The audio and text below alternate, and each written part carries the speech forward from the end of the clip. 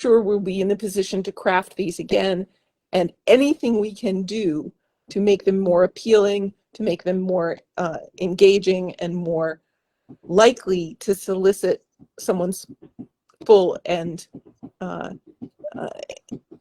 incentivized response, the better. So thanks for calling attention to anything we can do to improve the way we structure our surveys. So, correct me if I'm wrong, but, and it's been my observation, I don't have firm data, but we talked about this okay, Elise just put me into a panic. We talked about this early on in the process.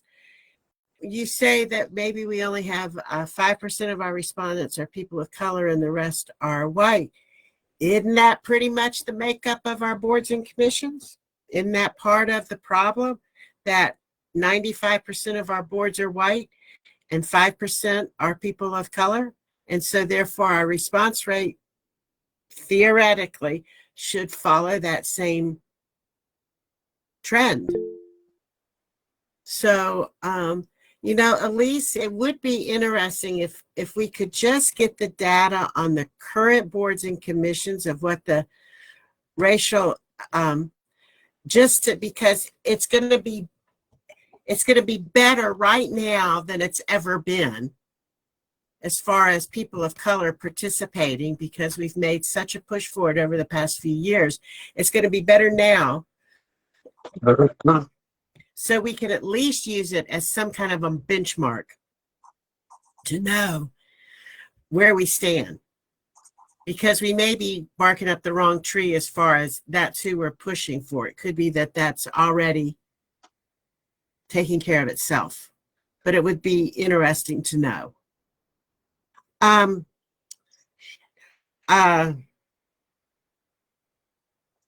So Alan, Sharon, and Ted, we've got 5 minutes, and I'm so sorry. Unless y'all want to give us another 10 minutes. Yep. 5 minutes to talk about the survey press release. And I haven't looked at them, and I didn't look at them all this week, so I apologize.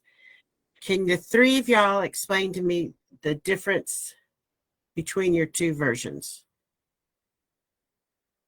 and to the rest of the group? Who wants to take that on? Patrick, you have your hand raised. Yes, but I suppose I just want to make sure we identify a next step in terms of sending a reminder out or something like that.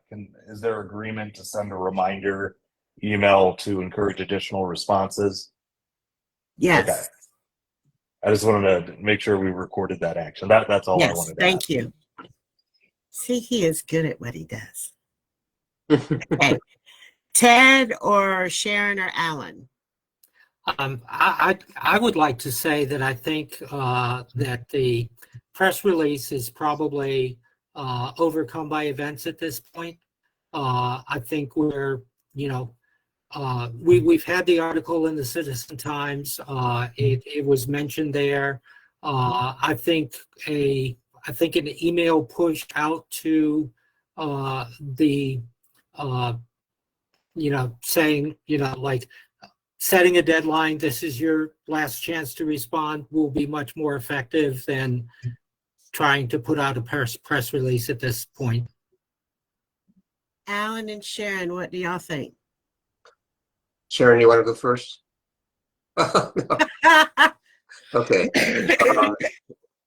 She was pretty quick with that. I'll just speak to the difference between Ed's press release and what Sharon and I drafted. We felt that there were so many changes made in Ted's press release that I felt it was necessary to write taking Ted's structure and foundation and then probably putting it together in a slightly different way to address the community specifically, and do it in a way that was direct and cohesive. So that's why Sharon and I submitted a second iteration. It was based on Ted's foundation, but it was rewritten then. I agree with Ted. I'm thinking that we can keep that, whichever press release we decide to use, and hold on to it until we get a little further along in our development process because of the article in ACT, and then shoot out another one so that people don't forget what we're doing, where we're at, and who we are. It's pretty much to give everybody a nudge to pay attention to what we're doing. But I don't think right now, I think Ted's right. I think we need to hold back just a little bit. And real quick, I'm sorry, I don't feel there's any urgency to get that press release out now. I agree with what's been said.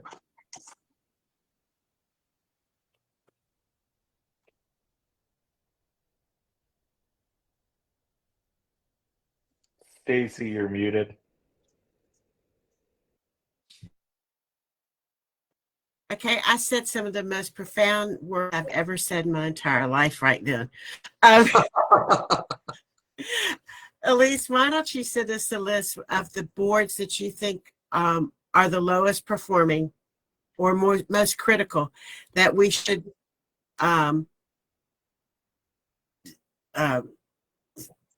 pinpoint, as far as maybe making some phone calls if we know the chair. Even if you don't know the chair, y'all have cold called before, just cold call them and see if they'll push their members to participate. Tanya, your board could participate. I know you were kind of on the low end of that spectrum. If you could encourage the members on your board to participate, that would be really great. If they don't like a question or they don't feel the question is right, skip it. Just keep going and move on to the next one. But at least get some kind of input from the members on your human relations group. What do you think about doing that? Yeah, I could resend the email to the human relations That would be members and see what comes of it. We're not meeting again until January, so That's okay. That's what email's for. Nina, what do you have to say? I think there's a lot to be said for postponing a press release. I also think that a press release should be newsworthy. And I would recommend that we hold off doing anything like a press release until we have, let's say, 3 really juicy nuggets of fascinating analysis that have emerged out of our survey to share with the community. That's something a good point. actionable, something meaningful, something surprising, something helpful. Great idea. Otherwise, it just is self-aggrandizement. It's not going to buy us any goodwill or anything. But if we have something interesting to say, and we don't have to have done the full analysis to know that somebody's made some really remarkable statement or something. Karen, what have you got to say? Well, it's just that I know there was discussion about going back through and making some changes to some of the questions with Tanya's input so that, we understand a little bit more. I do feel like for data, everybody needs to fill in the same thing.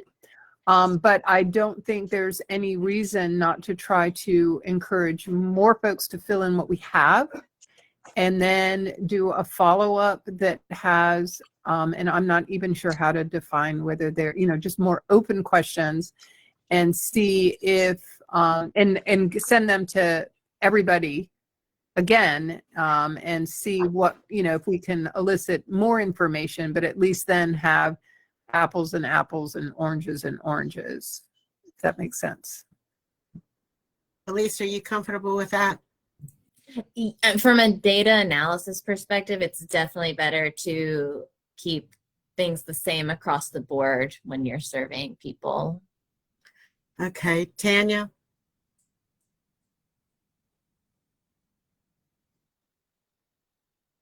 You're on mute. I have an example. The board is valued and respected by the city council. That's us versus them. So it's an assumption question that's pitting city council against boards and commissions. And so to shift that us versus them language is to completely eliminate that question because it's unnecessary. It's putting in the impression, right, through assumption and through the language that their boards and commissions are not valued by or respected by city council. And so that right there is a really powerful steering question that is using us versus them language to steer potential survey takers to go, hey, wait a minute. No, we're not respected by city council. But city council hears all the recommendations, and city council isn't about respecting boards and commissions. It's about, receiving recommendations from boards and commissions. And so that right there is a steering question that uses us versus them language. Thank you for that. Why don't, as we said earlier, why don't you send some recommendations to Elise and we'll go from there. Mm-hmm. Let's see. Sharon, hold on. Did you have your hand raised? Yes, I did. I have a real quick question for Tanya. Tanya, I'm on 2 boards and commissions and know several people on others. I have been told that I would lose my place at a boards and commission if I didn't stop my politically in news and press on a particular topic that had to do with the development. So I was told through the city council, through the hierarchy that came down to me. So was I respected? No, I was not by council, specifically and purposefully at the board and commission I was on. So I support that question 100% because of the politics in my world and what I do on my board and commission is very deep and can be very troubling. So for me and how I responded, I laid it all out there, as did another member who left the board I was on for being censored. So there's a whole lot going on boards that we know nothing about that may not affect one board, but will affect another board for sure. Okay, y'all, we're really past our time. I'm going to give you 2 minutes, Elise, Barbara, and then we're going to adjourn. I just wanted to respond to Tanya a little bit. Thank you for pointing out that question. I now understand what you're talking about when you say the us versus them language. And there are a lot of questions in that section that probably fall under that. And something I just wanted to add is that, all of those statements fall under a section where we ask people, how much do you agree or disagree with the statement? And so I think questions like that I haven't made a lot of surveys, but I think questions like that are kind of common when you have that type of scale. But thank you for sharing that because I do understand now better what you were talking about. Thank you. Barbara, you're muted for the first time in your life. Yeah, I've never been muted. Thanks, Stacy. The first, as former chair of the Neighborhood Advisory Committee, and I can tell you that we didn't feel like we were, there has to be a question that says, do you feel that the present vehicle for getting the information you receive from the community to council and for whatever recommendations you make could be improved, or is it excellent or something? Because I can tell you from years of serving on 9 different committees for city council, some are better at it than others. And when you have advisory in your name, sometimes most of the members no matter whether they're African American, and we did have represents and Hispanic neighborhoods and the whole schmear, did not feel like that they felt they were not being heard, and that what the communities brought to us was not valued as much as it should be. So we got to figure out a way to get that question fixed. So, and I understand what Tanya's saying, but there's got to be a way to fix that question. Thank you. Thank y'all so much for a robust conversation tonight on many subjects. I will just say that I think that some folks will be looking at our recorded version tonight. Be prepared for that. And with that information, Patrick or Alan, do y'all have anything to add? No, you did a great job, Stacy. Thank you. Yeah, I wanted to say thank you, Stacy, for leading us through this meeting. And, we will need to determine when we're going to meet again, and I'll get together with Stacy and Alan and communicate with the group to set our next meeting sometime in January. And we need to, I do think we need to come up with a sundown date on this survey. So be thinking about that too. Thank y'all very much. And if we don't have the opportunity to speak again, have a very happy holiday this season. Thank you, Stacy. Bye-bye. Thank you. you. Bye-bye. Thank Bye-bye. you all.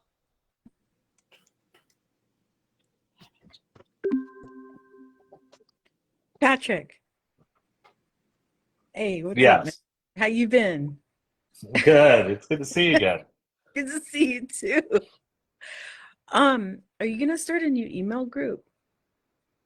So what I'm doing to this point is I have a list of all the group members that I just pulled from the Google group, and I said to people, if you don't want to receive these messages, tell me and we'll unsubscribe. I think we'll wait to see whether the city is going to restore the Google group we were using before. Otherwise, we could talk about creating one just for this working group. So Yeah, because that might help a lot. We start one of the things that I do with with the groups that I work with, if something like that happens, we just start a whole new group